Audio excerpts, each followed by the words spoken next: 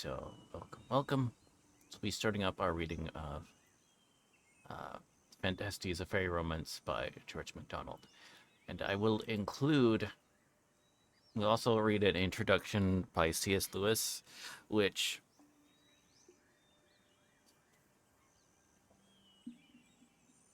just because it's, when you run in a situation where there's a, very large author that, you know, there's a, for a smaller like a more, I guess not smaller, but I say more like obscure author. It's always interesting. Though technically, no, it's not really an introduction to Phantastes per se. It's actually, as listed, it's a slightly abbreviated version of Dr. Lewis's preface to George MacDonald, an anthology. So, but it was just Lewis gave permission like uh for editions to use it.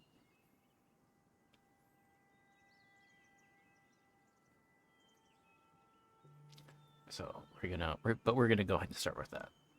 So it's interesting. Uh,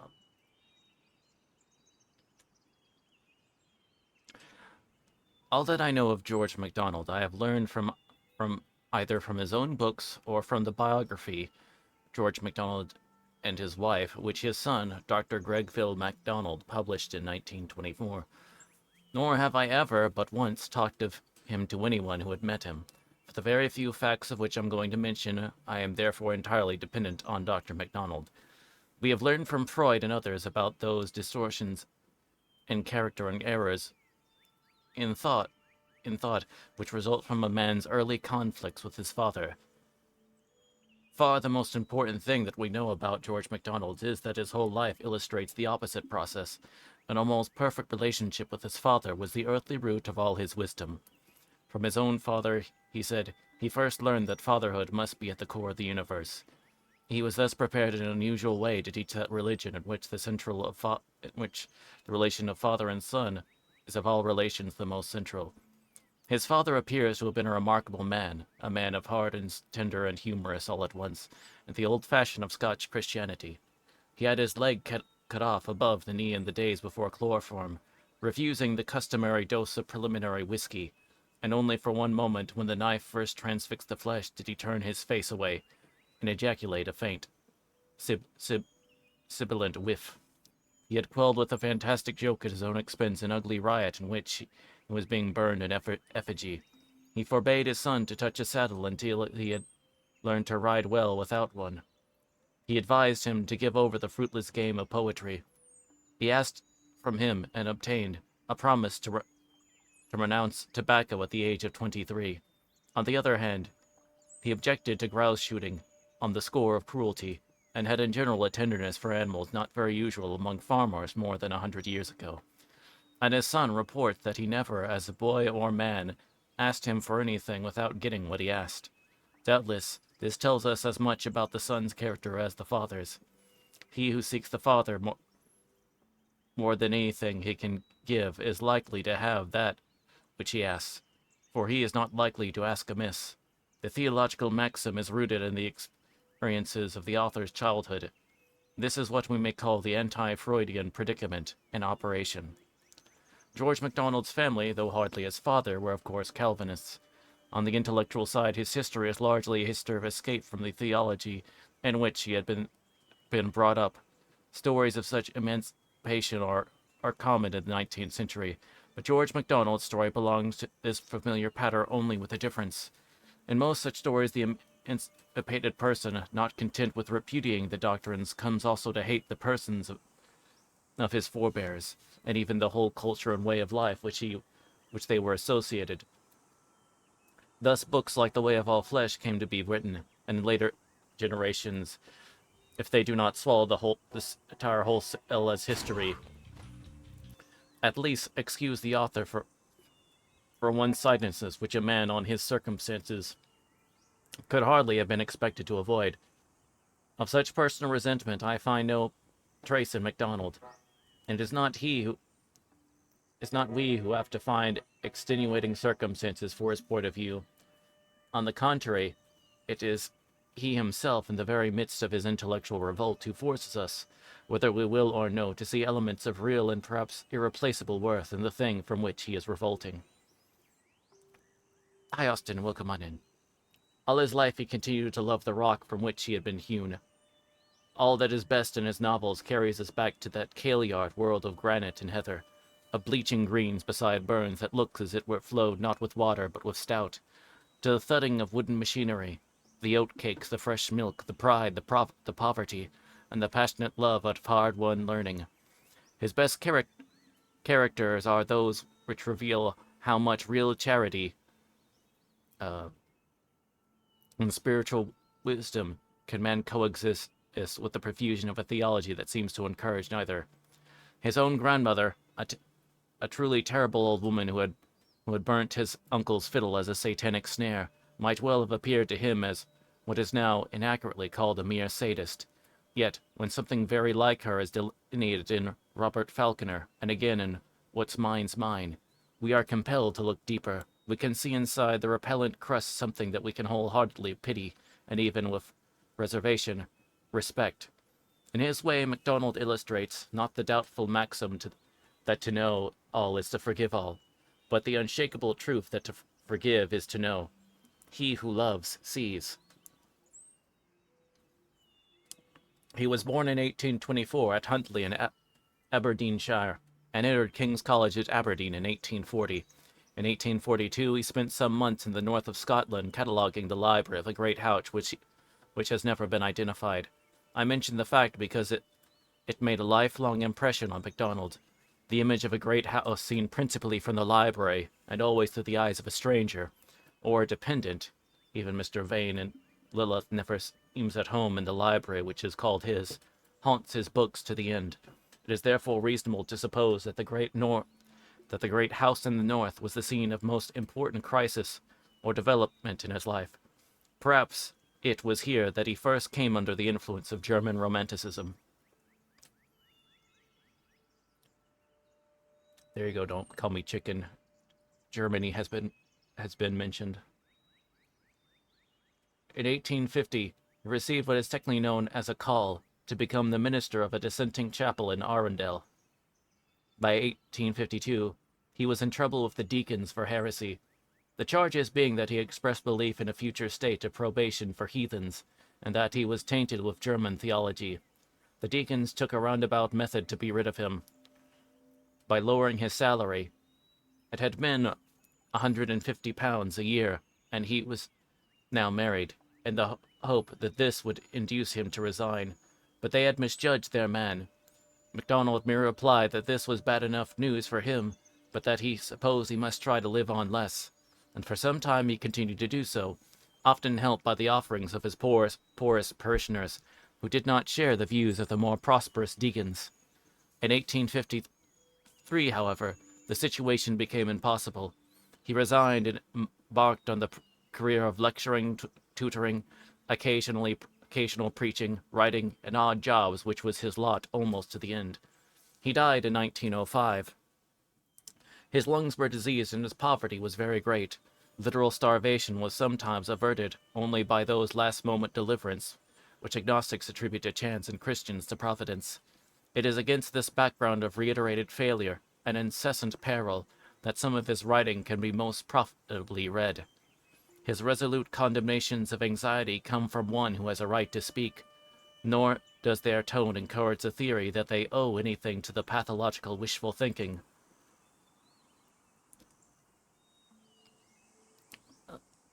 of the consumptive.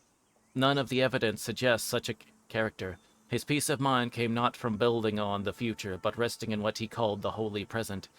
His resignation to poverty was the opposite pole from that of the Stoic.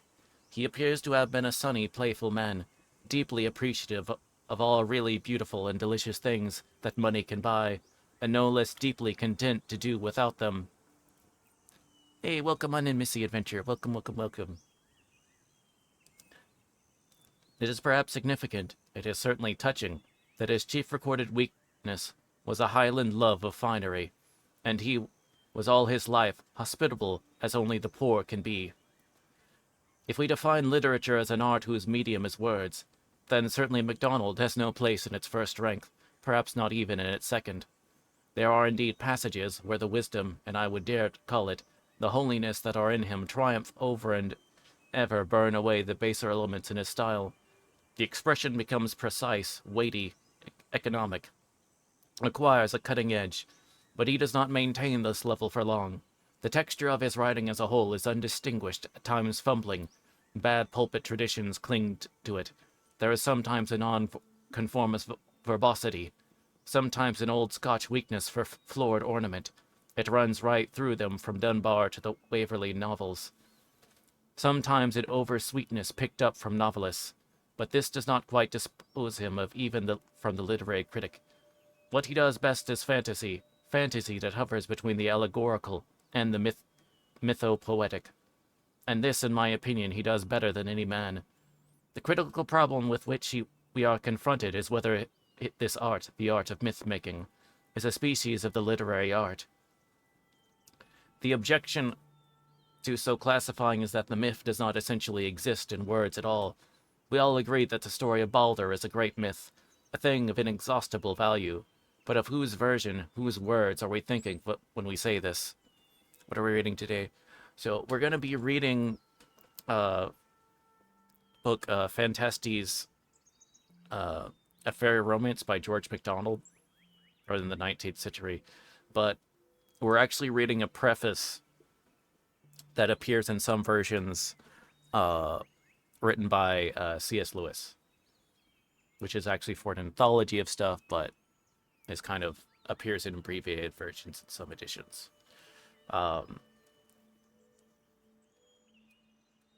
Because it provides a lot of information about the writer and his writings and stuff like that.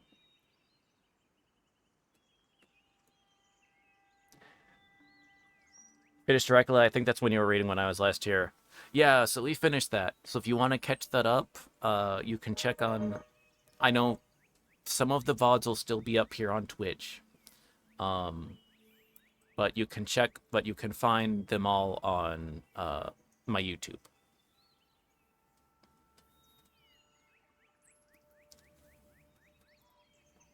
A train in my neighborhood is saying hi. Train, you're messing with the mood. Thank you. Further, just want to say hello. I appreciate that. Thank you. Thank you.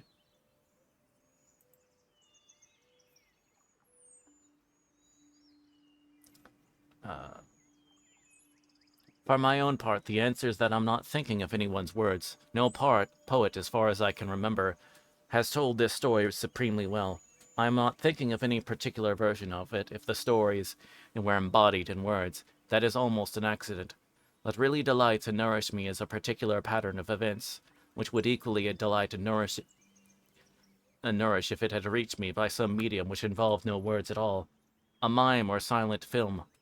And I find this to be true of all such stories. When I think of the story of the Argonauts and praise it, I'm not praising Apollonius Rhodius, whom I never finished, nor Kingsley, whom I've forgotten, nor even Morris, though I consider this version a very pleasant poem. In this respect, stories of the mythical type are at the opposite pole from lyrical poetry. If you want to take the theme of Keats' Nightingale apart from the very words in which she has embodied it, you find that you are talking about almost nothing.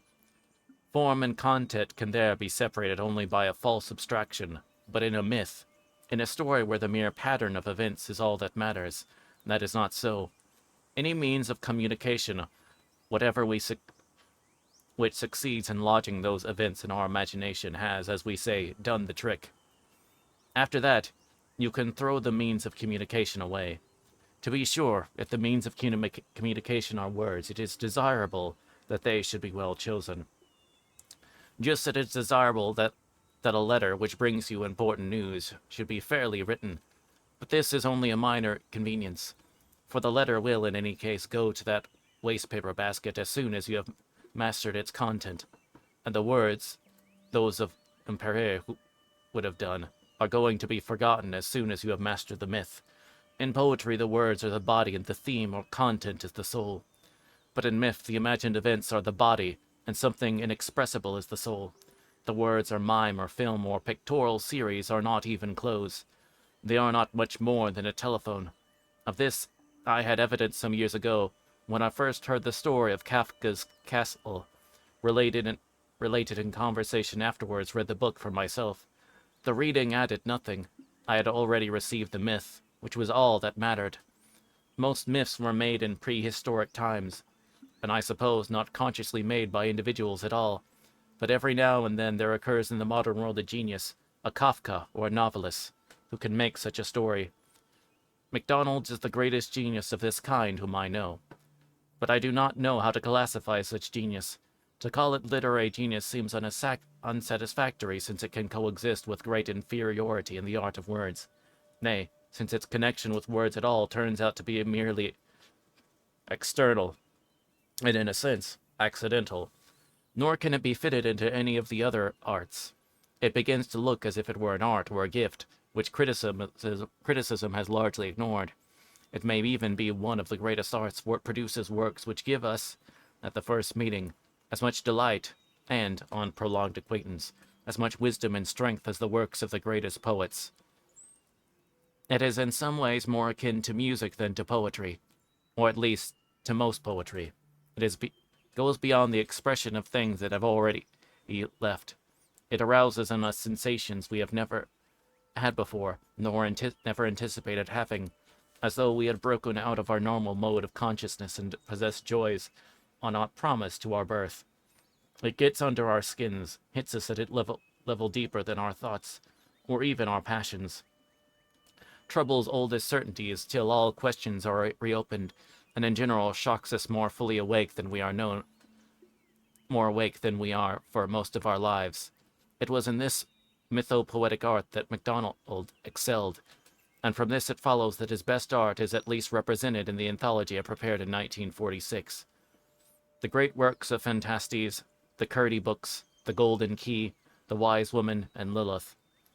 It must be more than 30 years ago that I bought, almost unwillingly, for I had looked at the volume on that bookstall and rejected it on a dozen previous occasions, the Everyman edition of Phantastes. A few hours later I knew that I had crossed a great frontier. I had already been waist-deep in romanticism, and likely enough, at any moment, to flounder into its darker and more evil forms, slithering down the steep descent that leads from the love of strangeness to that of eccentricity, and thence to that of perversity. Now, Phantastes was a romance enough and all conscious. But there was a difference. Nothing was at the time further from my thoughts than Christianity, and I therefore had no notion what this difference really was. I was only aware that if this new world was strange, it was also homely and humble. That if this was a dream, it was a dream in which one at least felt strangely vigilant. That the whole book had about it a sort of cool, morning innocence, and also quite unmistakably a certain quality of death, good death. What it actually did to me was to convert, even to baptize, that is where the death came in my imagination. It did nothing to my intellect, nor, at the time, to my conscience. This turn came far later in the help of many other books and men. But when the process was complete, by which, of course, I mean when it had really begun, I found that it was still with MacDonald, and that he had accompanied me all the way, and that I was now at last ready to hear from him much that he could not have told me at the first meeting. But in that sense, he was now telling me the very same that he told me from the beginning. There was no question of getting enough to the kernel and throwing away the shell. No question of a gilded pill. The pill was gold all through. The quality of which had enchanted me in his imaginative works turned out to be the quality of the real universe, the divine, magical, terrifying, and ecstatic reality in which we all live. I should have been shocked in my teens if anyone had told me that what I learned to love in Phantastes was goodness. But now I see there was no deception. The deception is all the other way round, and that prosaic moralism which confines goodness to the region of law and duty. which never lets us feel in our face the sweet air blowing from the land of righteousness, never reveals that elusive from which, if once seen, must inevitably be desired, with all but sensuous desire, the thing in Sappho's phrase, more gold than gold. Here's the preface from C.S. Lewis. So, alright, so we will now start the book proper.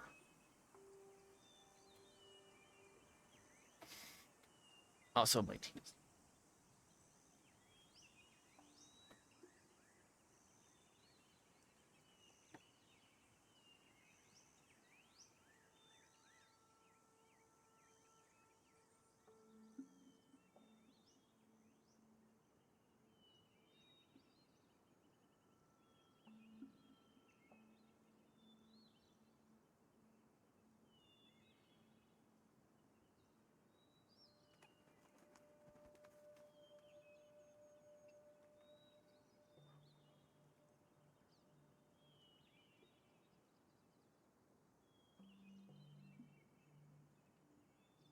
Okay.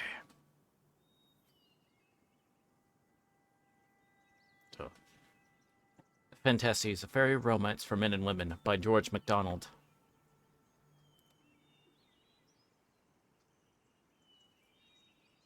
Phantastes, from their fount, all shapes deriving, and new habiliments can quickly delight. Fletcher's Purple Island. This then features a very lengthy quote from novelist, German author. I'm not good.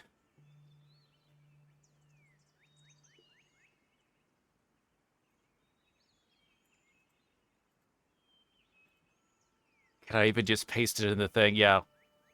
I can't. So yeah. I'm gonna skip that. Because y'all don't want to hear me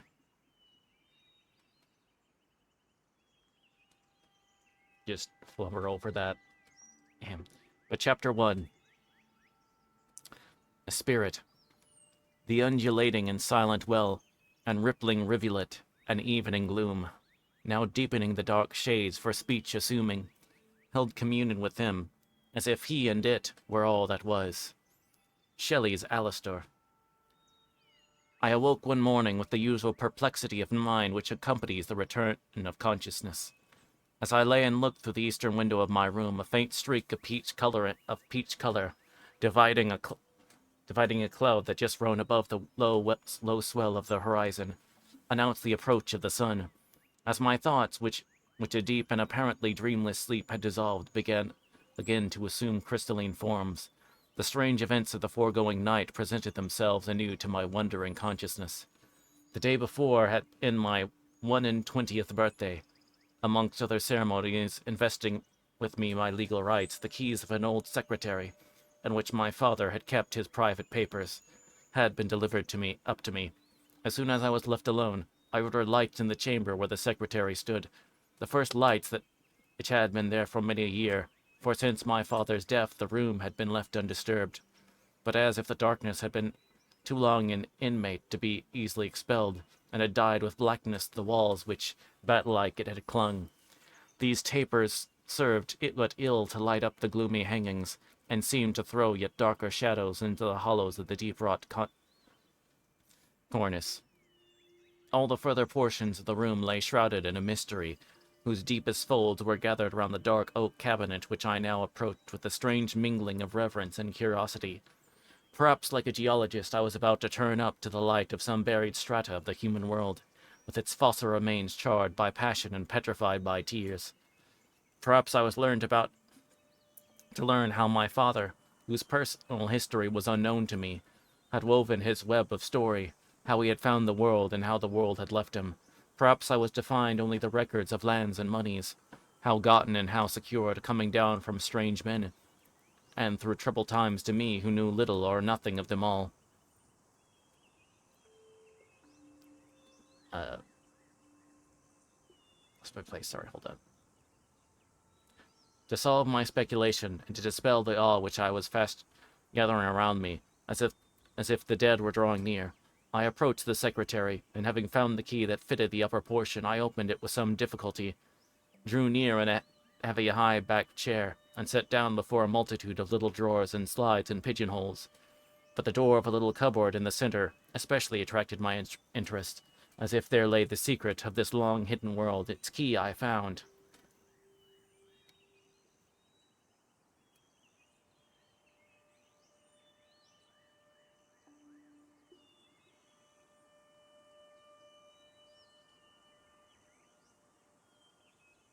One of the rusty hinges cracked and broke as I opened the door.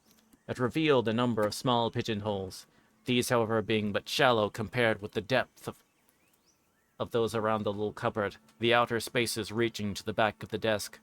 I concluded that there must be some accessible space behind, and indeed that they were formed in a separate framework, which admitted the whole being pulled out in one piece. Behold, I found a sort of flexible portcullis of small bars of wood laid close together horizontally. After long search and trying many ways to move it, I discovered at last a scarcely projecting point of steel on one side. I pressed this repeatedly and hard with the point of an old tool that was lying near, till at length it yielded inwards, and the little slide flying up suddenly disclosed a chamber, empty, except that in one corner lay a little heap of withered rose leaves, whose long-lived scent had long since departed, and another a small packet of papers, tied with a bit of ribbon whose colors had gone with the rose scent. Almost fearing to touch them, they witnessed so mutely to the law of oblivion.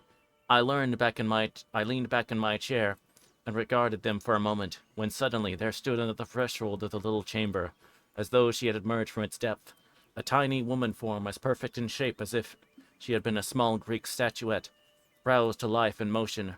Her dress was of a kind that could never grow old-fashioned, because it was simply natural, a robe plaited in a band around the neck, and confined by a belt about the waist, descended to her feet. It was only afterwards, however, that I took notice of her dress, although my surprise was by no means of so overpowering a degree as such an apparition might naturally be accepted to excite.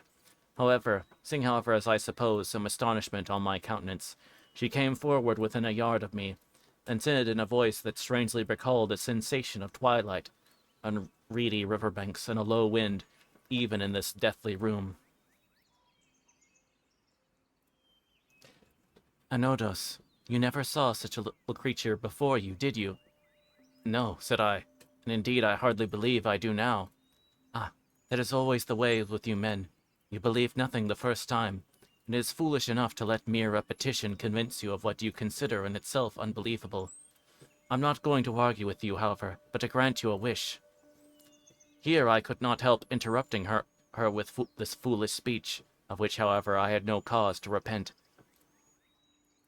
"How can such a very little creature as you grant or refuse anything? Is that all the philosophy you have gained in 21 years?" said she. "Form is much, but size is nothing. It is a mere matter of relation. I suppose your 6-foot lordship does not feel altogether insignificant, though to others you do look small beside your old Uncle Ralph, who rises above you a great half-foot at least, but size is of so little consequence with old me, that I may as well accommodate myself to your foolish prejudices." So saying, she leapt from the desk upon the floor, where she stood, a tall, gracious lady with pale face and large blue eyes. Her dark hair flowed behind, wavy but uncurled, down to her waist, and against it her form stood clear in its robe of white. "Now," she said, "you will believe me." Overcome with the presence of a beauty which I could now perceive, and drawn towards her by an attraction irresistible as incomprehensible, I suppose I stretched out my arm towards her, but she drew back a step or two and said, "Foolish boy, if you could touch me, I should hurt you.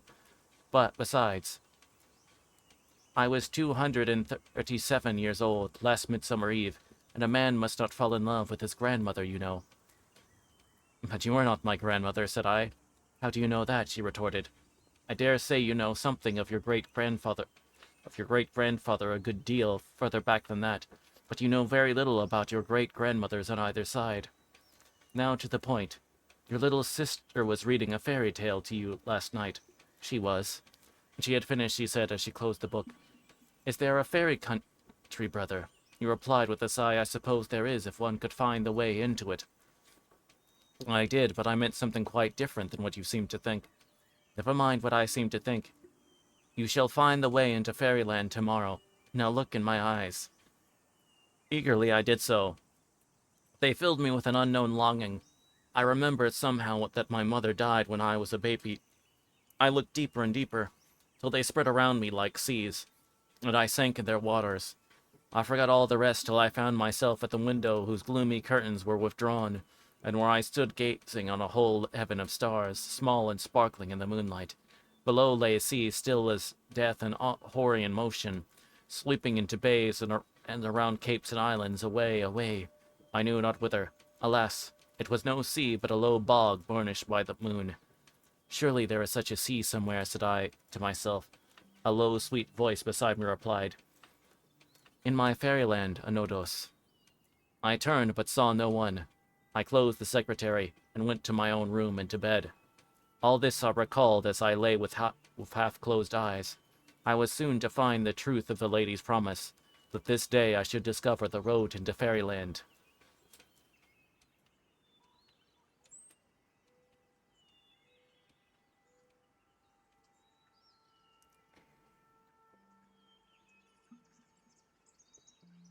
Sorry, hold on a second.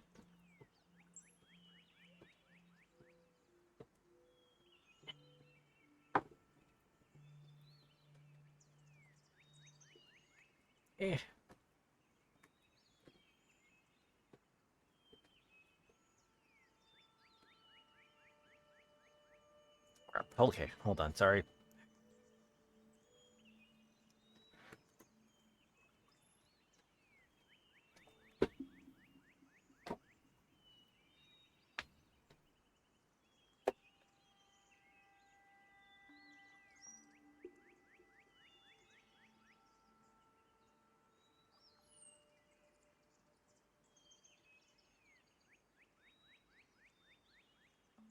Eat pour ice some more time.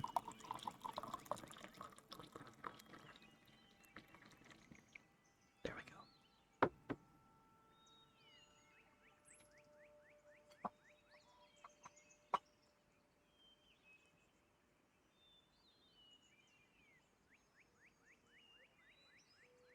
There we go.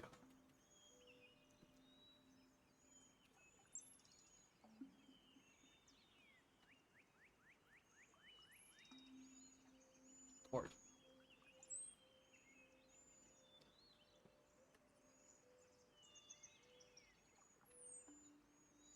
Okay, chapter 3. No, wait, oops, chapter 2. Sorry. "Where is the stream?" cried he with tears. "Seest thou not its blue waves above us?" He looked up, and lo, the blue stream was overflowing gently over their heads. Novelist Heinrich von Ofterdingen. While these events strangely were passing through my mind, I suddenly, as one awakes to the consciousness that the sea has been moaning by him for hours, or that the storm has been howling about his window all night, became aware of the sound of running water near me, and looking out of my bed, I saw that a large green marble basin, in which I was wont to wash, and which stood on a low pedestal of the same material in a corner of my room, was overflowing like a spring, and that a stream of clear water was running over the carpet, all the length of the room. Finding its outlet I knew not where, and stranger still where this carpet, which I had myself designed to imitate a field of grass and daisies, bordered the course of the little stream. The grass blades and daisies seemed to wave in a tiny breeze that followed the water's flow, while under the rivulet there they bent and swayed with every motion of the changeful current, as if they were about to dissolve with it, and forsaking their fixed form, become fluent as the waters. My dressing table was an old-fashioned piece of furniture of black oak, with drawers all down the front. These were elaborately carved in foliage, of which ivy formed the chief part. The nearer end of this table remained just as it had been, but on the further end a single change had commenced. I happened to fix my eye on a curious cluster of ivy leaves, the rest of which was evidently the work of the carver. The next looked curious. The third was unmistakable ivy, and just beyond it a tendril of clematis had twined itself about the gilt handle of one of the drawers. Hearing next a slight motion above me, I looked up and saw that the branches and leaves designed upon the curtains of my bed were slightly in motion. Not knowing what change might follow next, I thought it high time to get up, and springing from the bed, my bare feet alighted upon a cool green sward, and although I dressed in all haste, I found myself completing my toilet under the boughs of a great tree, whose top waved in the golden stream of the sunrise with many interchanging lights, and the shadows of the leaf and branch gliding over leaf and branch as the cool morning's wind swung to it and fro for a sinking wave. After washing as well as I could in the clear stream, I rose and looked around me. The tree under which I seemed to have lain all night was one of the advance guard of a dense forest, towards which the rivulet ran. Faint traces of a footpath, much overgrown with grass and moss, with grass and moss, and with here and there a pimpernel even, were discernible along the right bank. This, thought I, was surely the path into fairyland, which the lady of the last night promised I should soon find. I crossed the rivulet and accompanied it, keeping the footpath on its right bank until it led me, as I expected, into the wood. Here I left it, without any good reason, with a vague feeling that I ought to have followed its course. I took a more southerly direction.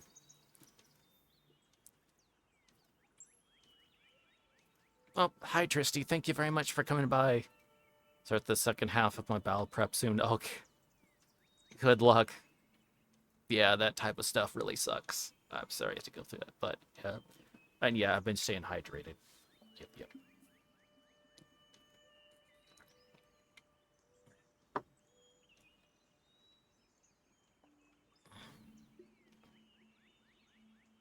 Okay. They're going to move on to chapter 3. Okay. Chapter 3. Man doth usurp all space, stares thee in rock, bush, river in the face.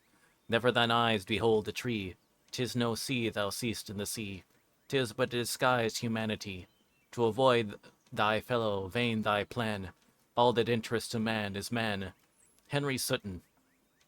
The trees which were far apart where I entered gave free passage to the level rays of the sun, closed rapidly as I advanced, so that ere long their crowded stems barred the sunlight out, forming as it were a thick grating between me and the east. I seemed to be advancing toward a second midnight. In the midst of the intervening twilight, however, before I entered what appeared to be the darkest portion of the forest, I saw a country maiden coming towards me from its very depths. She did not seem to observe me, for she was apparently intent upon a bunch of wild flowers which she carried in her hand. I could hardly see her face, for, though she came direct towards me, she never looked up, but when we met instead of passing, she turned and walked alongside of me for a few yards, still keeping her face downwards and busied with her flowers. She spoke rapidly, however, all the time in a low tone, as if talking to herself, but evidently addressing the purport of her words to me. She seemed afraid of being observed by some lurking foe. "Trust the oak," she said. "Trust the oak and the elm, and the great beech. Take care of the birch, for although she is honest, she is too young not to be changeable. But shun the ash and the alder, for the ash is an ogre. You will know him by his thick fingers, and the alder will smother you with her web of hair, if you let her near you at night." All this was uttered without a pause or alteration of tone. Then she suddenly she turned suddenly and left me, walking still with the same unchanging gait. I could not conjecture what she meant, but satisfied myself with thinking that it would be time enough to find out her meaning when there was need to make use of her warning, and that the occasion would reveal the admonition. I concluded that the flowers she had carried, that the forest could not be everywhere so dense as it appeared from where I was now walking, and I was right in this conclusion, for soon I came to a more open part, and by crossed a wide grassy grassy glade, on which were several circles of brighter green. But even here I was struck with the utter stillness. No bird sang, no insect hummed, not a living creature exposed my way. Not a living creature crossed my way. Yet somehow the whole environment seemed only asleep, and to wear even in sleep an air of expectation. The trees seemed all to have had an expression of conscious mystery, as if they said to themselves, "We could end, if we would." They had all a meaning look about them. Then I remembered that night is the fairies' day, and the moon their sun. And I thought, everything sleeps and dreams now. When the night comes, it will be different. At the same time, I, being a man and a child of the day, felt some anxiety as to how I should fare among the elves and other children of the night who wake when mortals dream, and find their common life in those wondrous hours that flow noiselessly over the moveless death-like forms of men and women and children, lying strewn and parted beneath the weight of the heavy waves of night, which flow on and beat them down, and hold them drowned and senseless until the ebb tide comes, and the waves sink away, back into the ocean of the dark. But I took courage and went on. Soon, however, I became again anxious, though from another cause. I had eaten nothing that day, and for an hour past had been feeling the want of food, so I grew afraid lest I should find nothing to meet my human necessities in this strange place. But once more I comforted myself with hope and went on. Before noon, I fancied I saw thin blue smoke rising amongst the stems of larger trees in front of me, and soon I came to an open spot of ground which stood a little cottage, so built that the stems of 4 great trees formed its corners, while their branches met and intertwined over its roof, heaping a great cloud of waves over it, up towards the heavens. I wondered at finding a human dwelling in this neighborhood, and yet it did not look altogether human, though sufficiently as to encourage me to expect some sort of food. Seeing no door, I went round to the other side, and there I found one, wide open. A woman sat beside, prepping some vegetables for dinner. This was homely and comforting. As I came near, she looked up and seeing me, showed no surprise, but bent her head again over her work and said in a low tone, "Did you see my daughter?" "I believe I did," said I. "Could you give me something to eat, for I'm very hungry?" "With pleasure," she replied, in the same tone. "But do not say anything more till you come into the house, for the ash is watching us." Having said this, she rose and led the way into the cottage, which I now saw was built of the stems of small trees set closely together, and was furnished with rough chairs and tables from which even the bark had not been removed. As soon as she had shut the door and set a chair, "You have fairy blood in you," said she, looking hard at me. "How do you know that? You could not have gotten so far into this wood if it were not so. Now I'm trying to find out some trace of it in your countenance. I think I see it." "What do you see? Never mind, I may be mistaken in that. But how then do you come to live here?" "Because I too have fairy blood in me." Here I in my turn looked hard at her, although I could perceive, notwithstanding the coarseness of her features, and especially the heaviness of her eyebrows, a something unusual. I could hardly call it a grace, and yet it was an expression that strangely contrasted with the form of her features. I noticed too that her hands were delicately formed, though brown with work and exposure. "I should be ill," she continued, "if I did not live on the borders of the fairies' country, and now and then eat of their food. And I see by your eyes that you are not quite free of the same need, though from your education and the activity of your mind you have felt it less than I. You may be further removed from the fairy race." I remembered what the lady had said about my grandmothers. Here she placed some bread and some milk before me, with a kind apology for the homeliness of the fare, with which, however, I was in no humor to quarrel. I now thought it time to try to get some explanation of the strange words both of her daughter and herself. Okay, we have to go on an ad break, unfortunately, so we're going to do that, and then we're right back.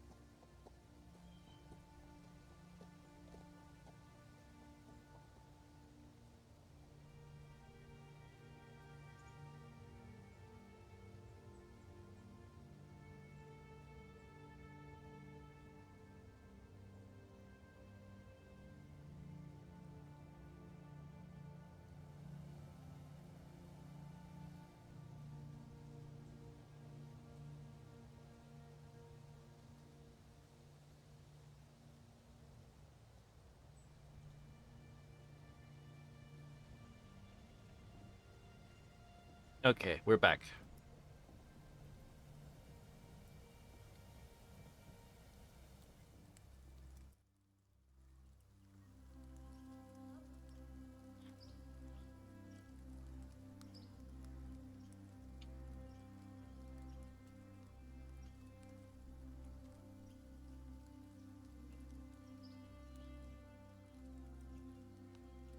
Okay.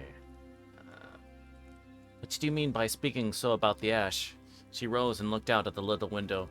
My eyes followed her, but as the window was too small to allow anything to be seen from where I was sitting, I rose and looked over her shoulder. I had just time to see across the open space, on the edge of the forest, a single large ash tree, whose foliage showed bluish amid the truer green of the other trees around it, when she pushed me back with an expression of impatience and terror, and then she almost shut out the light from the window by setting up a large old book in it. In general, she said, recovering her composure, there was no danger in the daytime, but then he is sound asleep. But there is something unusual going on in the woods. There must be some solemnity among the fairies tonight, for all the trees are restless, and although they cannot wake, they see and hear in their sleep. But what danger is to be dreaded from him? Instead of answering the question, she went again to the window and looked out, saying she feared the fairies would be interrupted by foul weather, for a storm was breaking in the west. And the sooner it grows dark, the sooner the ash will awake, added she. I asked how she knew there was an unusual excitement in the wood. She replied, besides the look of the trees, the dog there is unhappy, and the eyes and ears of the white rabbit are redder than usual, and he frisks about as if he expected some fun. If the cat were at home, she would have her back up. If the young fairies pull the sparks out of her tail with bramble thorns, and she knows when they're coming, so do I in another way. At this instant, a gray cat rushed in like a demon and disappeared into a hole in the wall. There, I told you, said the woman. But what of the ash tree? Said I, returning once more to the subject. Here, however, the young woman whom I met in the morning entered. A smile passed between the mother and daughter, and then the latter began to help her mother in the little household duties. I should like to stay here till evening, I said, and then go on my journey. If you will allow me. You are welcome to do as you please, only it might be better to stay all night than risk the dangers of the wood, then. Where are you going? Nay, that I do not know, I replied. But I wish to see all that is to be seen, and therefore I should like to start just at sundown. You are a bold youth if you have any idea of what you are daring, but a rash one. If you know nothing about it, excuse me, you do not seem well informed about the country and its manners. However, no one comes here but for some reason, either known to himself or to those who have charge of him. So you shall do as you wish. Accordingly, I sat down, and feeling rather tired and disinclined for further talk, I asked leave to look at the old book which still screened the window.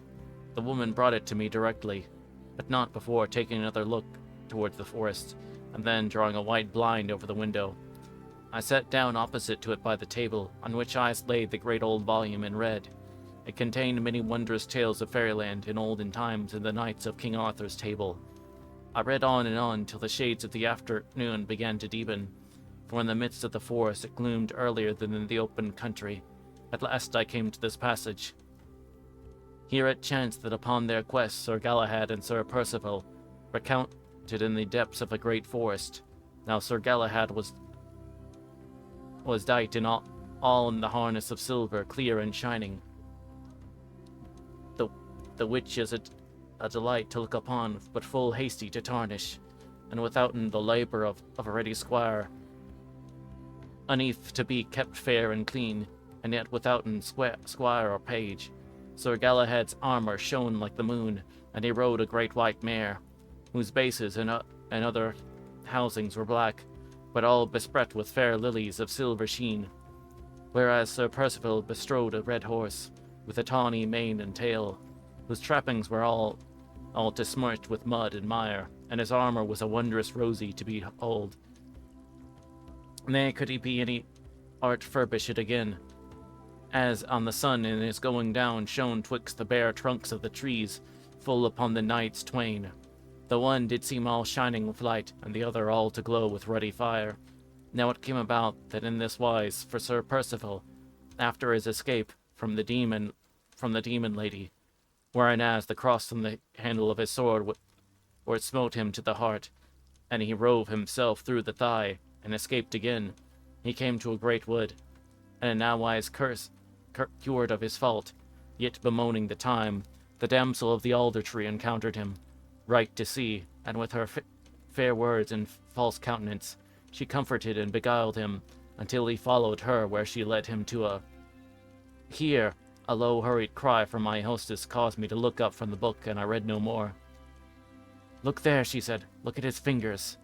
Just as I had been reading in the book, the setting sun was shining through a cleft in the clouds piled up on the west, and a shadow of a large distorted hand with thick knobs and pumps on the fingers, so that it was much wider across the fingers than across the undivided part of the hand, paused slowly over the little blind, and then as slowly turned in the opposite direction. "He is almost awake, mother, and greedier than usual tonight. Child, you need not make him more angry with us than he is, for you do not know how soon something may happen to oblige us to be in the forest after nightfall." "But you are in the forest," said I. "How is it that you are safe here?" "He dares not come nearer than he is now," she replied, "for any of those 4 oaks at the corners of our cottage would tear him to pieces. They are our friends, but he stands there and makes awful faces at us sometimes, and stretches out his long arms and fingers, and tries to kill us with fright, for indeed that is his favorite way of doing. Pray keep out of his way tonight." "Shall I be able to see these things?" said I. "That I cannot tell, yet knowing how much of the fairy nature there is in you. But we shall soon see whether you can discern the fairies in my little garden, and that will be some guide to us." "Are the tree fairies too, as well as the flowers?" I asked. "They're of the same race," she replied, "although those you can call fairies in your country are chiefly the young children, the flower fairies. They're very fond of having fun with the thick people, as they call you, for like most children, they like fun better than anything else." "Why do you have flowers so near you, then? Do they not annoy you?" "Oh no, they're very amusing with their mimicries of grown people and mock solemnities. Sometimes they will act a whole play through before my eyes, perfect composure and assurance, for they are not afraid of me. Only as soon as they have done, they burst into peals of tiny laughter, as if it was such a joke to have been serious over anything. These I speak of, however, the fairies of the garden. They are more staid and educated than those of the fields and woods. Of course they have near relations among the wildflowers, but they patronize them and treat them as country cousins, who know nothing of life and very little of manners. Now and then, however, they are compelled to envy the grace and simplicity of the natural flowers." "Do they live in the flowers?" I said. "I cannot tell," she replied. "There is something in it I do not understand. Sometimes they disappear altogether, even from me, though I know they are near. They seem to die always with the flowers they resemble, and by whose names they are called, but whether they return to life with the fresh flowers, or whether it be new flowers, new fairies, I cannot tell. They have as many sorts of dispositions as men and women, while their moods are yet more variable. 20 different expressions will cross their little faces in half a minute. I often amuse myself with watching them, but I have never been able to make personal acquaintance with any of them. If I speak to one, he or she looks up in my face as if I were not worth heeding, and gives a little laugh and runs away." Here the woman started, as if suddenly recollecting herself, and said in a low voice to her daughter, "Make haste, go and watch him and see in what direction he goes." I may as well mention here, the conclusion I arrived at from the observations I was afterwards able to make, was that the flowers die because the fairies go away, not that the fairies disappear because the flowers die. The flowers seem a sort of houses for them, or outer bodies, which they can put on or off when they please, just as you would form some idea of the nature of a man from the kind of house he built, if he followed his own taste. So you could, without seeing the fairies, tell what any of them is like, by looking at the flower till you feel that you understand it. For just what the flower says to you, would the face and form of the fairy say, only so much more plainly as a face and human figure can express more than a flower.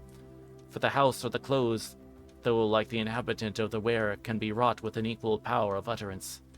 Yet you would see a strange resemblance, almost oneness, between the flower and the fairy. which you could not describe, but which describe itself to you. Whether all the flowers have fairies, I cannot determine, any more than I can be sure whether all men and women have souls. The women and I continued the conversation for a few minutes longer. I was much interested by the information she gave me, and astonished at the language in which she was able to convey it. It seemed that intercourse with the fairies was no bad education itself, but now the daughter returned with the news that the ash had just gone away in a southwesterly direction, and as my course seemed to lie eastward, she hoped I should be in no danger of meeting him if I departed at once. I looked out of the little window, and there stood the ash tree, or to my eyes the same as before, but I believe they knew better than I did, and prepared to go. I pulled out my purse, but to my dismay there was nothing in it. The one with the smile begged me not to trouble myself, for money was not of the slightest use there, and as I might meet with people in my journeys whom I could not recognize to be fairies, it was well I had no money to offer, for nothing offended them so much. They would think, she added, that you are making game of them, and that is their peculiar privilege with regard to us. So we went together in this little garden, which sloped down towards the lower part of the wood. To my great pleasure, all was life and bustle. There was still light enough for the day to see a little, and the pale half-moon halfway to the zenith was reviving every moment. The whole garden was like a carnival, with tiny, gaily decorated forms, and groups, assemblies, processions, pairs or trios, moving stately on, running about wildly, or sauntering hither or thither. From the cups or bells of tall flowers, as from balconies, some looked down on the masses below, now bursting with laughter, now grave as owls, but even in their deepest solemnity, seeming only be waiting with the arrival of the next laugh. Some were launched in a little marshy stream at the bottom, in boats chosen from the heaps of last year's leaves that lay about, curled and withered. These soon sank with them, whereupon they swam ashore and got others. Those who took fresh rose leaves from their boats floated the longest, but for these they had to fight, for the fairy of the rose tree complained bitterly that they were stealing her clothes and defended her property bravely. "You can't wear half what you've got," said some. "Never you mind, I don't choose you to have them. They are my property." "All of the good of the community," said one, and ran off with a great hollow leaf. But the rose fairy sprang after him. What a beauty she was! Only too like a drawing-room young lady, knocked him heels over head as he ran, and recovered her great red leaf. But in the meantime 20 had hurried off in a different direction with others just as good, and the little creature sat down and cried, and then, in a pet, sent a perfect pink snowstorm of petals from a tree, leaping from branch to branch and stamping and shaking and pulling. At last, after another good cry, she chose the biggest she could find and ran away laughing, to launch her boat amongst the rest. But my attention was first and chiefly attracted by a group of fairies near the cottage, who were talking together around what seemed a last dying primrose. They talked and singing, and their talk made a song something like this: "Sister Snowdrop died before we were born. She became like a bride in a snowy morn. What's a bride, what is snow, never try, do not know. Who told you about her? Little primrose there. Cannot do without her. Oh, so sweetly fair. Never fear, she will come, primrose dear, is she dumb? She'll come by and by, you'll never see her. She went home to die till the next year. Snowdrop, 'tis no good to invite her. Primrose is very rude, I will bite her. Oh, you naughty pocket. Look, she drops her head. She deserved it, Rocket, and she was nearly dead. To your hammock off with you, and swing alone. No one will laugh with you. No, not one. Now let us moan and cover her over. Primrose is gone, all but the flower. Here is a leaf, lay a her upon it. Follow in grief, Pocket has done it. A deeper, poor creature. Winter may come, he cannot reach her, that is a hum. She is buried, the beauty, now she is done. That was the duty, now for the fun." And with a wild laugh they sprang away, and most of them towards the cottage. During the latter part of the song talk they had formed themselves into a funeral procession of 2 of them, bearing poor Primrose, whose death Pocket had hastened by biting her stalks. Upon one of her own great leaves they bore her solemnly along some distance, and there buried her under a tree. Although I say her, I saw nothing but the withered primrose flower on its long stalk. Pocket, who had been expelled from the company by common consent, went sulkingly away towards her hammock, for she was the fairy of the Calceolaria, and looked rather wicked. When she reached its stem, she stooped and looked around. I could not help speaking to her, for I stood near her. I said, "Pocket, how could you be so naughty?" "I'm never naughty," she said, half crossingly, half defiant. "Only if you come near my hammock I will bite you, and then you will go away." "Why did you bite poor Primrose?" "Because she said she would never see Snowdrop, as if it were not good enough to look at her.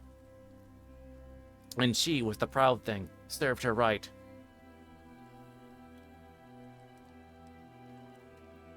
"Oh, Pocket, Pocket," said I, but by the time the party had come toward the house, rushed out again, shouting and screaming with laughter.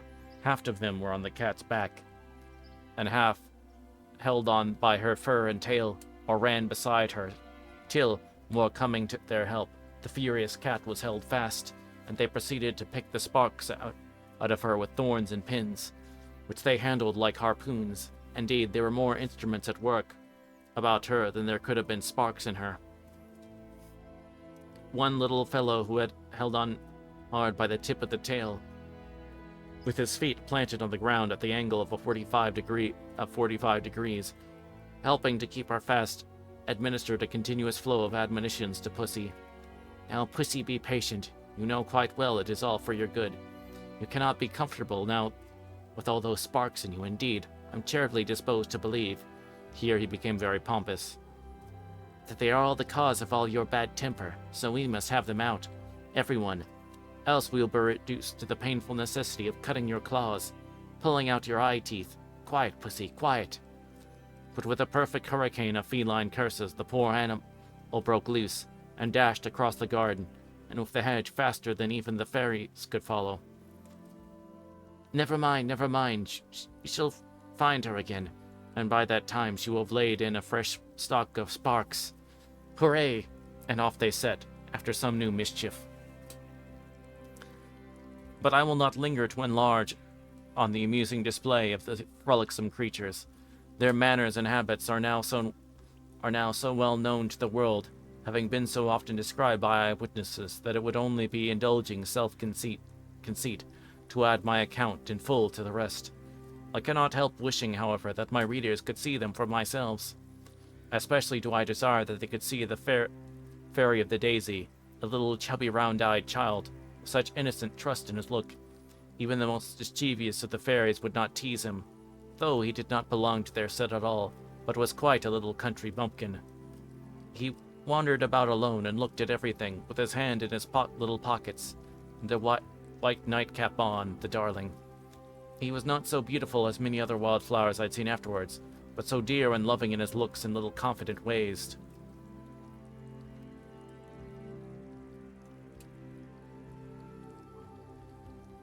Chapter 4. When bale is at highest, boot is nighest. Ballad of Sir Aldingar. By this time my hostess was quite anxious that I should be gone, so of thanks for their hospitality, I took my leave, and went my way through the little garden towards the forest. Some of the garden flowers had wandered into the wood, and were growing here and there along the path, but the trees soon became too thick and shadowy for them.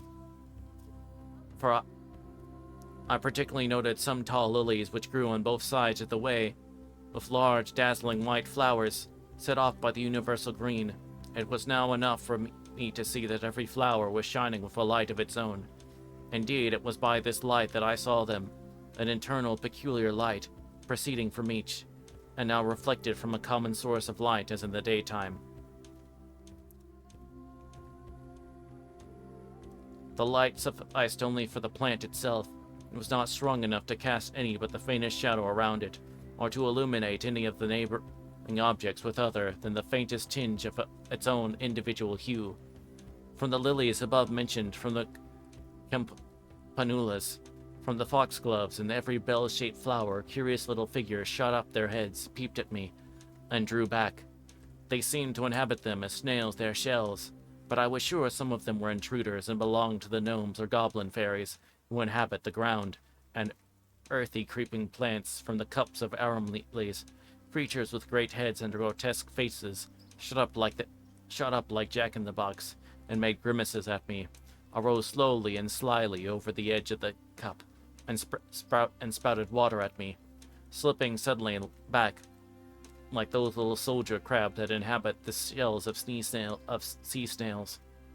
Passing a row of tall thistles, I saw them crowded with little faces, which peeped every one from behind its flower, and drew back as quickly, and I heard them saying to each other, evidently intending me to hear, but the speaker always hiding behind his tuft when I looked in his direction. Look at him, look at him. He has begun a story without a beginning, and will never have any end. He, look at him. But as I went further in the woods, these sights and sounds became fewer, giving way to others of different character. A little forest of wild hyacinths were alive with exquisite creatures, who stood nearly motionless with drooping necks, holding each by the stem of her flower, and swaying gently with it, whenever a low breath of wind swung the crowded floral belfry. In like manner, though differing of course in form and meaning, stood a group of harebells like little angels waiting, ready till they wanted to go on some yet unknown message. In darker nooks by the mossy roots of the trees or in the little tufts of grass, each dwelling in a globe of its own green light, weaving a network of grass in its shadows, glowed the glowworms. They were in just like the glowworms of our own land.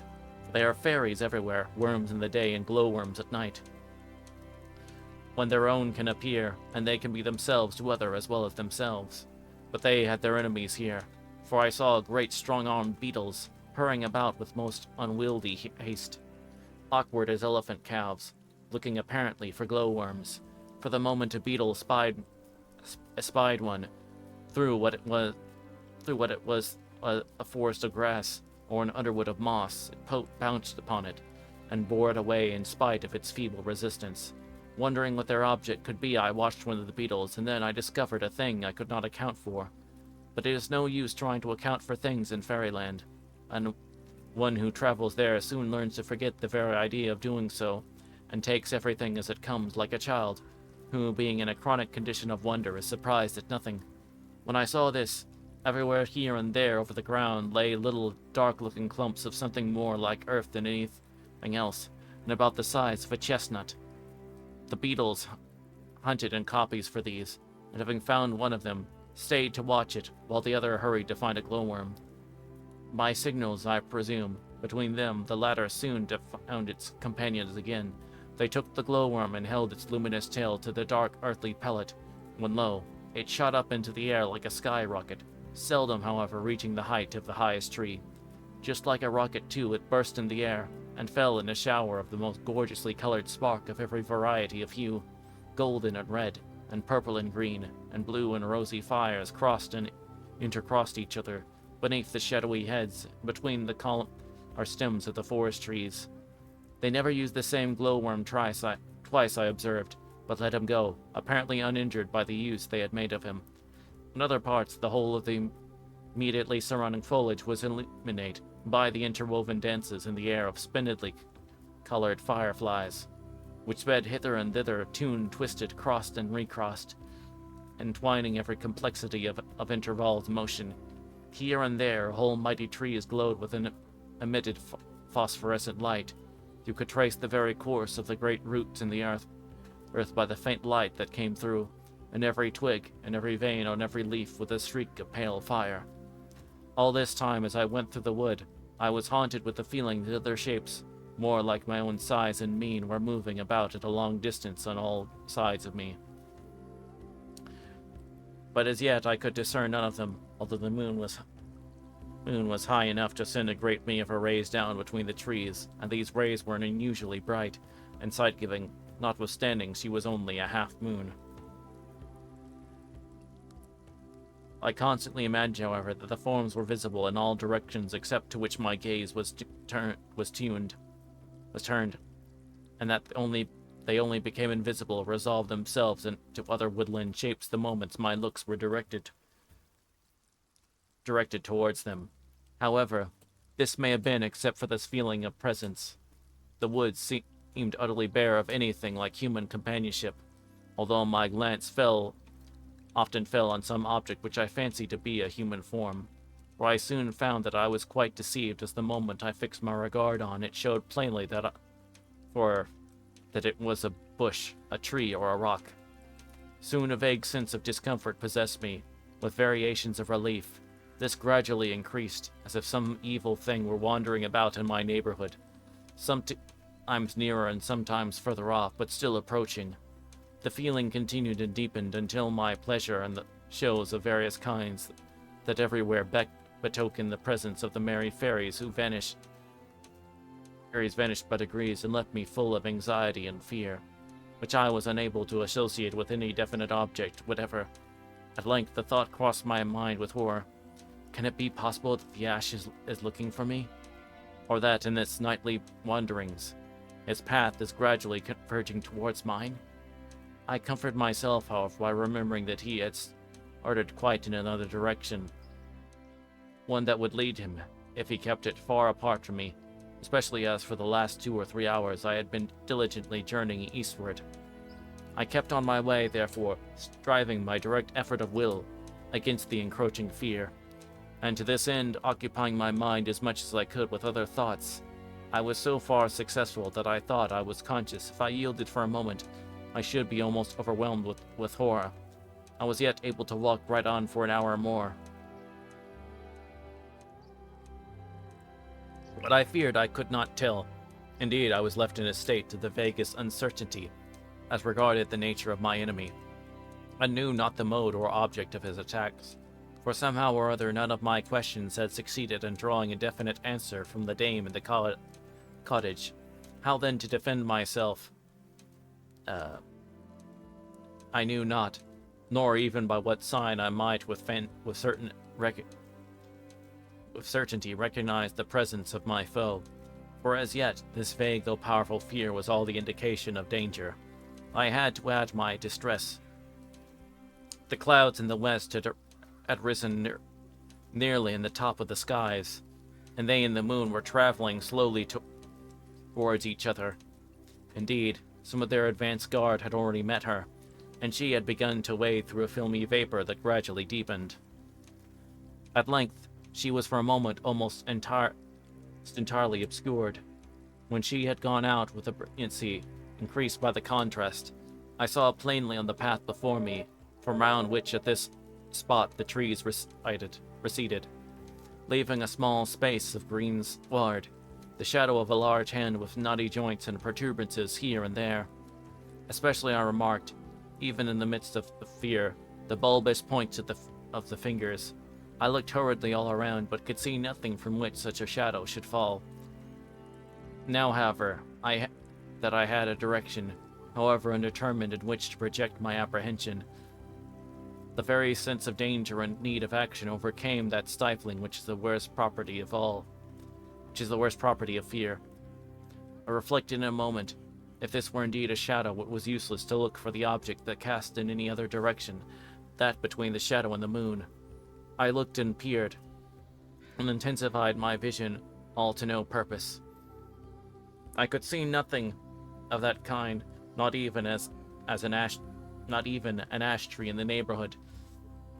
Still the shadow remained, not steady but moving to and fro, and once I saw the fingers close and grind themselves close like the claws of an animal, as if in an uncontrollable longing for some anticipated prey. There seemed but one mode left of discovering the substance of the shadow. I went forward boldly, through an inward shudder, which I would not heed, to the spot where the shadow lay, threw myself on the ground, laid my head within the form of the hand, and turned my eyes toward the moon. Good heavens, what did I see? I wondered that if ever I arose, that the very shadow of the hand did not hold me where I lay until fear had frozen my brain. I saw the strangest figure, vague, shadowy, and almost transparent in the central parts, and gradually deepening in substance toward the outside until it ended in extremities capable of casting such a shadow as fell from the hand. Through the awful fingers of which I now saw the moon, the hand was uplifted in the attitude of a paw about to strike at its prey, but the face, which throbbed with fluctuating and pulsatory visibility, not from changes in the light reflected, but from changes in its own condition of reflecting power, the alterations being from within, not from without. It was horrible. I do not know how to describe it. It caused a new sensation. Just as one cannot translate a horrible odor, or ghastly pain, or a fearful sound into words, so I cannot describe this new form of awful hideousness. I can only try to describe something that is not it, but seems somewhat parallel to it, or at least suggested by it. It reminded me of what I had heard of vampires, for this face resembled that of a corpse more than anything else I can think of, especially when I can conceive such a face in motion, but not suggesting any life as the source of the motion. The features were rather handsome than otherwise, except the mouth, which had scarcely a curve in it. The lips were of equal thickness, but the thickness was not at all remarkable, even though they looked slightly swollen. They seemed fixedly open, but were not wide apart. Of course, I did not remark these lineaments at the time. I was too horrified for that. I noted them afterwards, when the form returned on my inward sight with the vividness too intense to admit of any of my doubting the accuracy of the reflex. The most awful of the feature were the eyes. They were alive, yet not with life.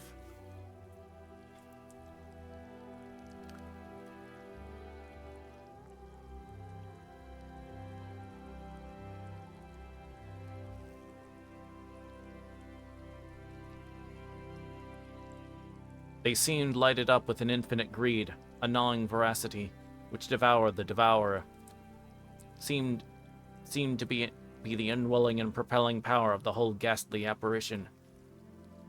I lay for a few moments, simply embrooded with terror, when another cloud obscured the moon, delivered me from the immense paralyzing effects of the presence unto the vision of the object of horror, while it added the force of imagination to the power of fear within me. Inasmuch as knowing far worse cause for the apprehension than for before, I remained equally ignorant from which I had to defend myself, or how to take any precautions. He might be upon me in the darkness any moment. I sprang to my feet, and sped I knew not whither. Only away from the spectre. I thought no longer of the path, and often narrowly escaped dashing myself against a tree in my headlong flight of fear. Great drops of rain began to patter on the leaves. Thunder began to mutter, then growl in the distance. I ran on, then rain fell heavier. At length the thick leaves could hold it up no longer, and like a second firmament they poured their torrents on the earth. I was soon drenched, but that was nothing. I came to a small, swollen stream that rushed through the woods. I had a vague hope that if I crossed this stream, I should be in safety from my pursuer, but I soon found that my hope was as false as it was vague. I dashed across the stream, ascended a rising ground, and reached a more open space, where stood only great trees. Through them I directed my way, holding eastward as nearly as I could guess, but not at all certain I was not moving in an opposite direction. My mind was just reviving a little from its extreme terror, when suddenly a flash of lightning, or rather a cataract of successive flashes behind me, seemed to throw on the ground in front of me, but far more faintly than before. From the extent of the source of the light, the shadow of the same horrible hand, I sprang forward, stung to yet wilder speed, but had not run many steps before my foot slipped, and vainly attempting to recover myself, I fell at the foot of one of the large trees, half stunned. I yet raised myself, and almost involuntarily looked back. All I saw was the hand within 3 feet of my face. But, at the same moment, I felt 2 large soft arms thrown round me from behind, and a voice like a woman said, "Do not fear the goblin. He dares not hurt you now." With that, the hand was suddenly withdrawn as from a fire, and disappeared in the darkness and the rain.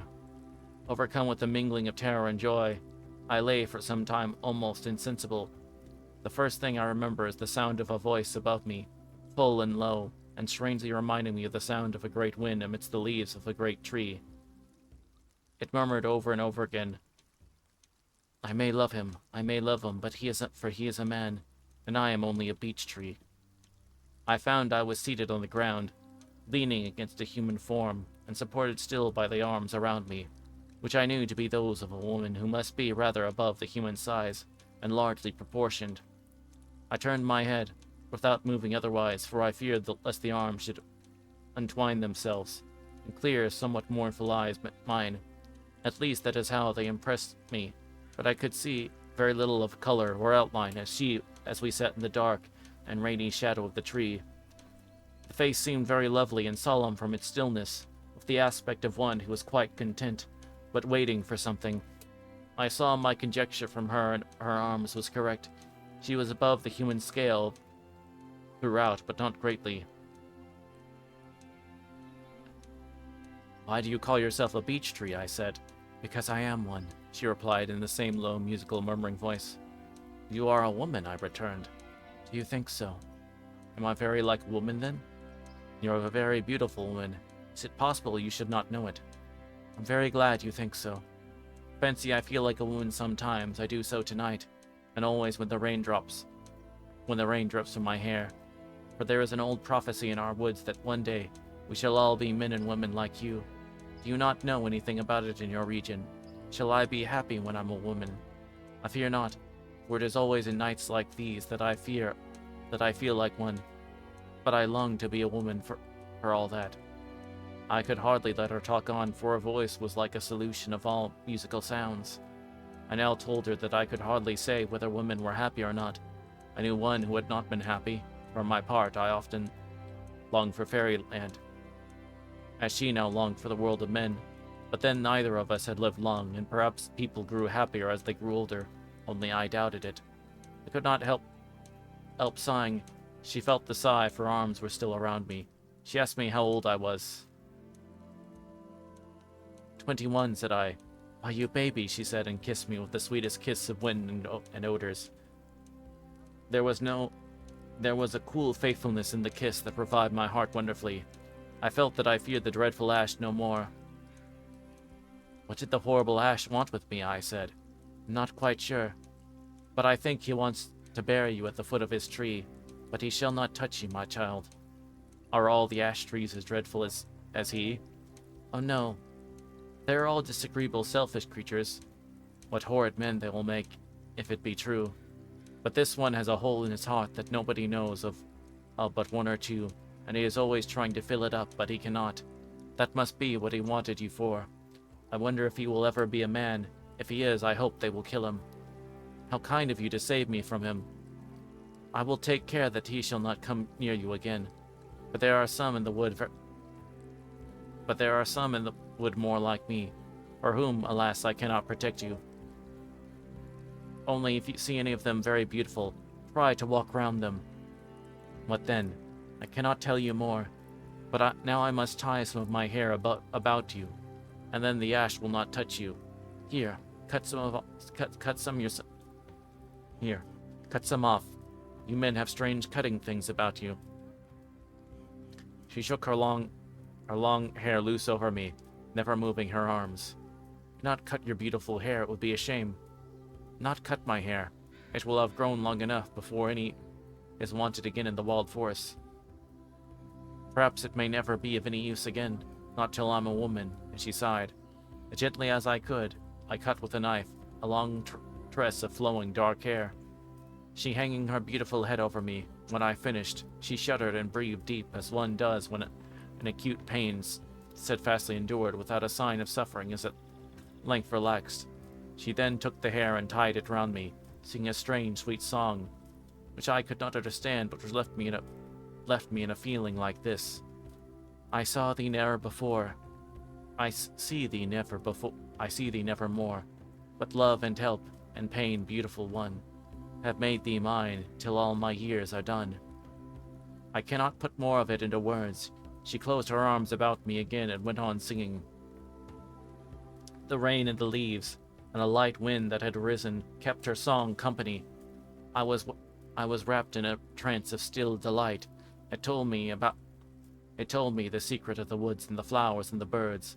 At one time I felt as if I was wandering in childhood through some sunny spring forest, or carpets of primroses, anemone, and little white starry things, I had almost said creatures, and finding new wonderful flowers at every turn.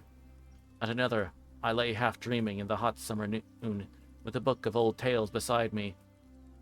Beneath a great beech when autumn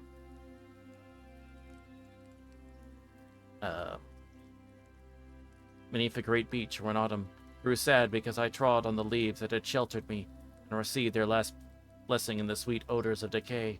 One winter evening, frozen still, looked up as I went home to a warm fireside.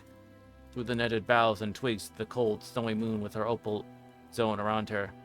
At last I had fallen asleep, for I know nothing more until I found myself lying under a superb beech tree. Alas, I thought nothing with I brought nothing with me out of fairyland, but memories, memories. The great boughs of the beech hung drooping around me. At my head rose its smooth stem, with its great sweeps of curving surface that swelled like undeveloped limbs. The leaves and branches above kept on the song which had sung me asleep. Only now to my mind it sounded like a farewell in a speedwell.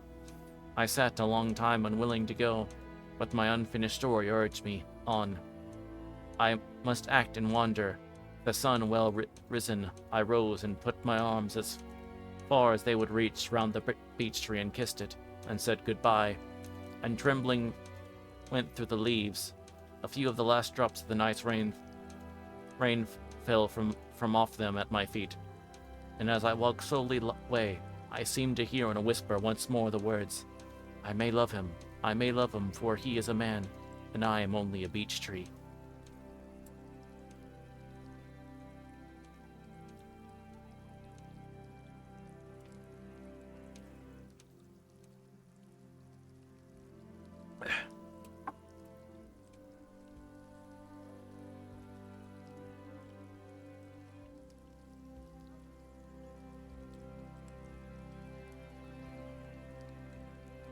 Hold on, I'm gonna pour more tea.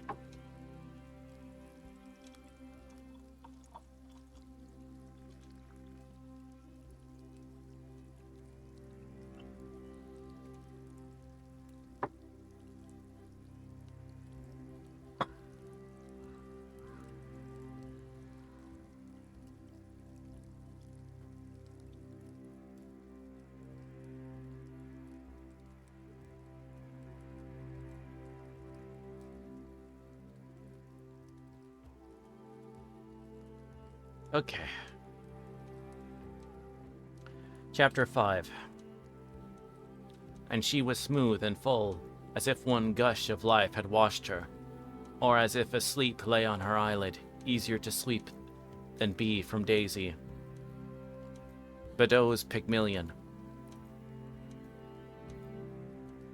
She was as white as lily in May, or snow that snoweth in winter's day. Romance of Sir Lanfal. I walked on in the fresh morning air as if newborn. The only thing that dampened my pleasure was a cloud of something between sorrow and delight that crossed my mind with the frequent returning through of my last night's hostess. But then I thought, if she is sorry, I could not help it, and she has all the pleasure she ever had. Such a day as this was surely a joy to her, and as much at least as to me, and her life will perhaps be richer, for holding now within it the memory of what came, but could not stay. And if ever she is a woman, who knows but we may meet somewhere. There is plenty of room for meeting in the universe. Comforting myself thus, yet with a vague compunction, as if I ought not to have left her, I went on. There was little to distinguish the woods today from those of my own land, except that all the wild things, rabbit, birds, squirrels, and mice, and numberless other inhabitants, were very tame. That is, they did not run away from me, but gazed at me as I passed, frequently coming nearer, as if to examine me more closely. When this came from utter ignorance, or from familiarity with the human appearance of beings, never hurt them, I could not tell.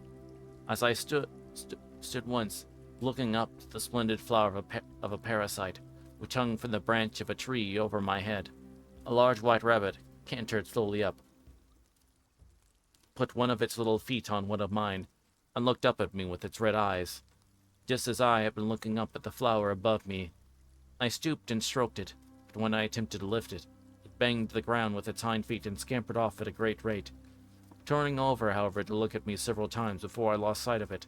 Now and then, too, a dim human figure would appear and disappear, some distance amongst the trees, moving like a sleepwalker, but no one ever came near me. This day, I found plenty of food in the forest, strange nuts and fruits I had never seen before. I hesitated to eat them, but argued that if I could live on the air of fairyland, I could live on its food. Also, I found my reasoning correct, and the result was better than I had hoped, for it not only satisfied my hunger, but operated in such a way upon my senses that I was brought into far more complete relationship with the things around me. The human forms appeared much more dense and defined, more tangibly visible, if I may say so. I seemed to know better which direction to choose when any doubt arose. I began to feel in some degree what the birds meant in their songs, although I could not express it in words any more than you can some landscapes. At any rate, to my surprise, I found myself listening attentively, as if it were no unusual thing with me, to a conversation between two squirrels or monkeys. The subjects were not very interesting, except as associated with the individual life and necessities of the little creatures, where the best nuts were to be found in the neighborhood, and who should crack them best, and who had most laid up for the winter, and such like. Only they never said where the store was. There was no great difference in kind between their talk and our ordinary humored conversations. Some of the creatures I never heard speak at all, and believe they never do so, except under the impulse of some great excitement. The mice talked, but the hedgehogs seemed very phlegmatic, and though I met a couple of moles above ground several times, they never did say a word to each other in my hearing. There were no wild beasts in the forest. At least, I did not see one larger than a wildcat. There were plenty of snakes, however, and I do not think they were all harmless, but none ever bit me.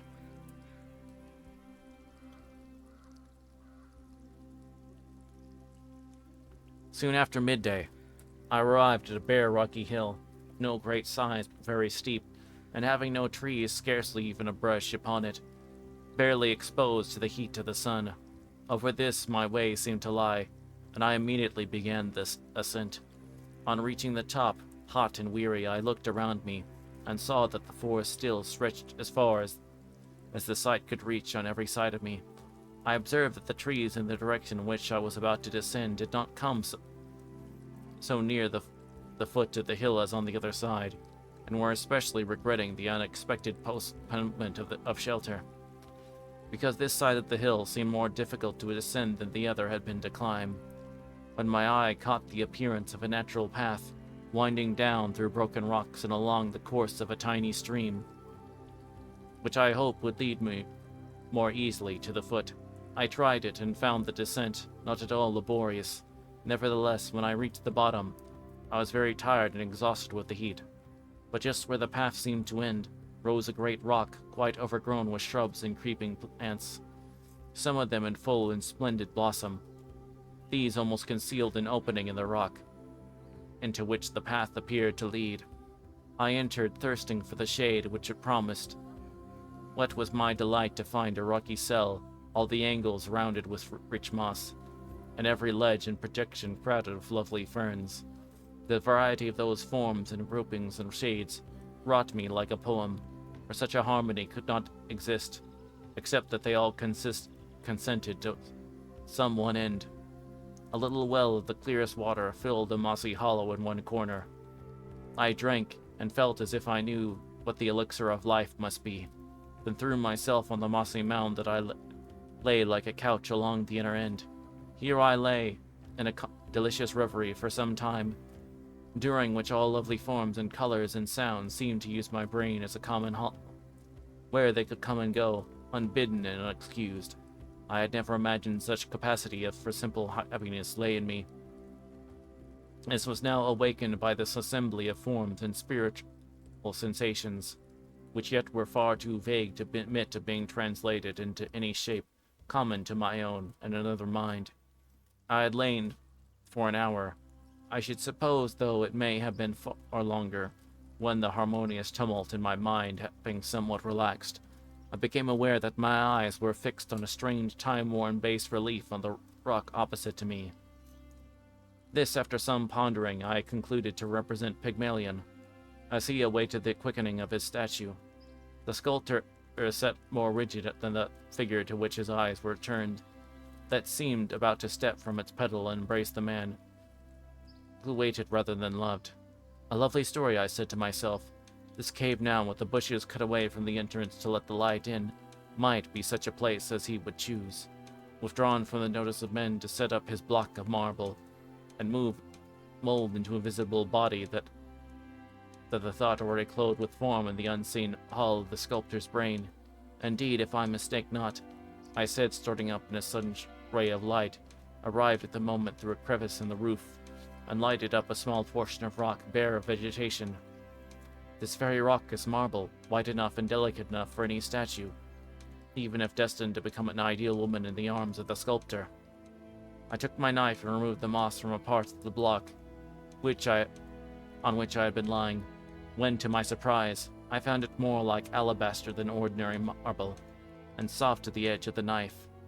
In fact, it was alabaster, by an inexplicable, though by no means unusual kind of impulse. I went on, removing the moss from the surface of the stone, soon saw that it was polished, or at least smooth. Though I continued my labor, and after clearing a space of about a couple of square feet, I observed what caused me to prosecute the work with more interest and care than before, for the ray of sunlight had reached the spot I had cleared, and under its luster the alabaster revealed its usual slight transparency when polished, except where my knife had scratched the surface, and I observed that this transparency seemed to have a definite limit, and to end upon an opaque body like the more solid white marble. I was careful to scratch no more, and first, a vague anticipation gave way to a startling sense of possibility. Then, as I proceeded, one revelation after the number produced with strange, entrancing conviction, that under the crust of alabaster lay a dimly visible form in marble, but whether of a man or a woman I could not tell. I worked on as rapidly as the necessary care would permit, and when I uncovered the whole mass, and arisen from my knees, had retreated a little way so the effect of the whole might fall on me, I saw before me with sufficient plainness, though at the same time with considerable indistinctness, arising from the limited amount of light the place admitted, as well as from the nature of the object itself, a block of pure alabaster enclosing the form, apparently of marble, of a reposing woman. She lay on one side with her hand under her cheek, and her face towards me, but her hair had fallen partly over her face, so that I could not see the expression of the whole. What I did see appeared to me perfectly lovely, more near the face that had been born with me in my soul, than anything I had seen before in nature or art. The actual outlines of the rest of the form were so indistinct, then the more than semi-opacity of the alabaster seemed insufficient to account for the fact, and I conjectured that a light robe added its obscurity. Numberless histories passed through my mind of change of substance from the enchantment and other causes, and of imprints such as this before me. I thought of the prince of the enchanted clay, half marble and half a man, of Ariel, of Niobe, of the sleeping beauty in the wood, of the bleeding trees, and many other histories. Even my adventure of the preceding evening with the lady of the beech tree contributed to rouse the wild hope that by some means life might be given to this form also, and that breaking from her alabaster tomb she might glorify my eyes with her presence. For I argued, who can tell but this cave may be the home of marble, and this essential marble, the spirit of marble which present throughout makes it capable of being molded into any form, that if she should awake, but how to wake her? A kiss awoke the sleeping beauty. A kiss cannot reach her through the encrusting alabaster. I kneeled, however, and kissed the pale coffin, but she slept on. I bethought me of Orpheus and the following stones. The trees should follow this music seemed nothing surprising me now. May not a song awake this form? The glory of motion might for a time displace the loveliness of the rest. Sweet sounds can go where kisses may not enter, I sat and thought. Now, although always delighting in music, I had never been gifted with the power of song until I entered the fairy forest. I had a voice, but I had a true sense of sound. When I tried to sing, the one would not content the other, and so I remained silent. This morning, however, it found myself ere I was awake rejoicing in a song. But whether it was before or after I had eaten of the fruits of the forest, I could not satisfy myself. I concluded it was after. However, and that the increased impulse to sing I now felt was in part owing to having drunk of the little well, which shone like a brilliant eye in a corner of the cave. I sat down to the ground by the antenatal tomb, leaned upon it with my face towards the head of the figure, and sang, the words and tones coming together, inseparable connected, as if word and tone formed one thing, or as if each word would be uttered only in that tone, and was incapable of distinction from it, except an idea by an acute analysis.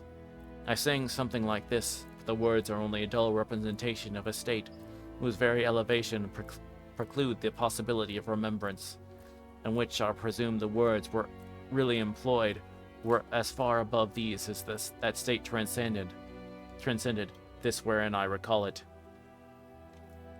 Marble woman vainly sleeping, in the very death of dreams, wilt thou slumber from thee sweeping, all but what with vision teems. Hear my voice come through the golden mist of memory and hope, and with shadowy smile embolden me with primal death to cope. Thee the sculptors all pursuing have embodied their own. Round their visions form enduring, marble vestments thou hast thrown. But thyself in a silence winding, thou hast kept eternally. Thee they found not, many findings, I have found thee, wake for me. As I sang, I looked earnestly at the face so vaguely revealed before me. I fancied, yet believed it to be a fancy, that through the dim veil of the alabaster, I saw a motion of the head as if caused by a sinking sigh. I gazed more earnestly, and concluded that it was but a fancy. Nevertheless, I could not help singing again. Rest is now full of beauty, and can give thee up, I ween.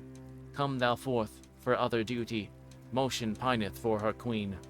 Worth needing years to wake thee from thy slumberous solitudes. Come sleep-walking and betake thee to the friendly sleeping woods.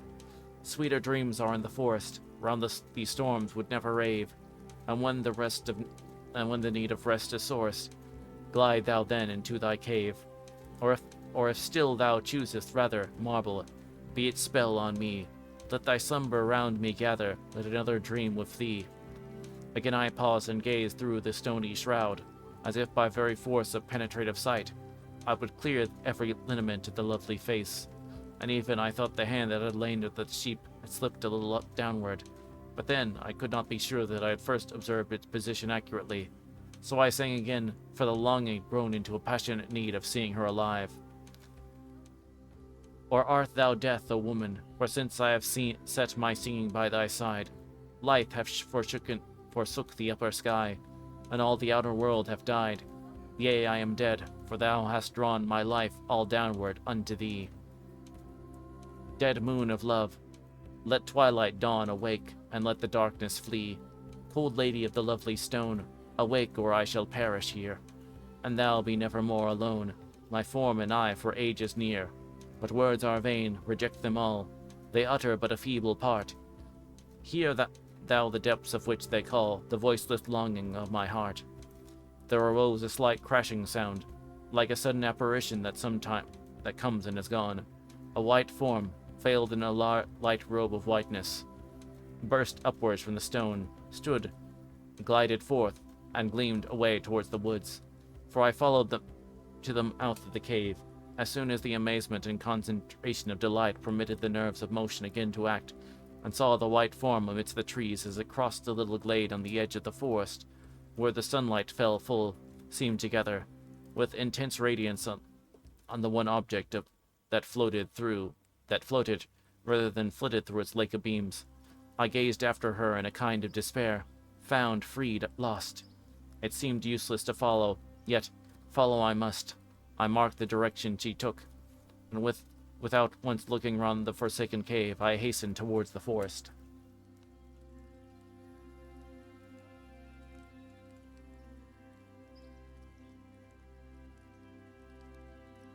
Okay, that is chapter 5. Okay. So I think we're going to call it now for the reading. I hope y'all have enjoyed that so far, and I'm looking forward to next time where we'll continue up with chapter 6.